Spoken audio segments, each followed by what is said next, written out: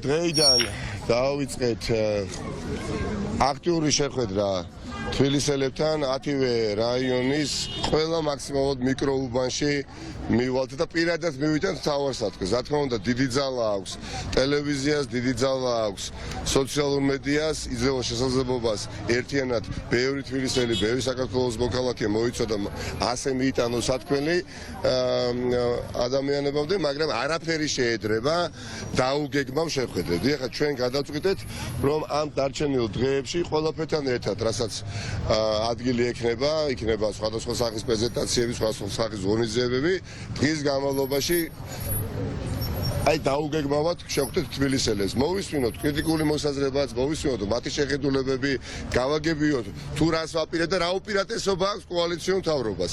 რა უპირატესობა აქვს კოალიციურ მთავრობას, რა უპირატესობა აქვს ერთობას, რა უპირატესობა აქვს იმ მოცემულობას, რომელშიც ჩვენ ახლა აღმოვჩდით 2 დღის თავზე. დიახაც, ბევრისათვის მოულოდნელობა იყო, სასიამოვნო მოულოდნელობა იყო, რომ განსხვავებული ადამიანები გავერთიანდით, არა ვიღაცის დასამარცხებლად. დიახაც, გავერთიანდით გამარჯვებისთვის, იმიტომ რომ დავდივართ და გულახდილად გეუბნებით.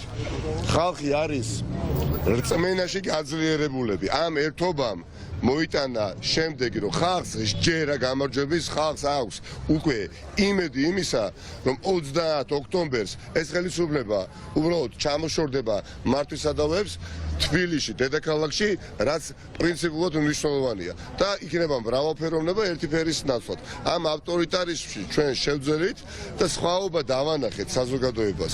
მადლობა ყველას, ვინც ამისათვის შესაბამისი ნაბიჯი გადადგა და მადლობა თბილისელებს ამ უდიდესი მხარდაჭერით. თბილისელებო, ყველანი მივიდეთ 30 ოქტომბერს არჩევნებზე და მე ვხედავ ამ გაწყობას უკვე სამგორში ვარკეთილში დიდი მადლობა და უბრალოდ კი არ გავიმარჯვებთ, დამაჯერებლად გავიმარჯვებთ.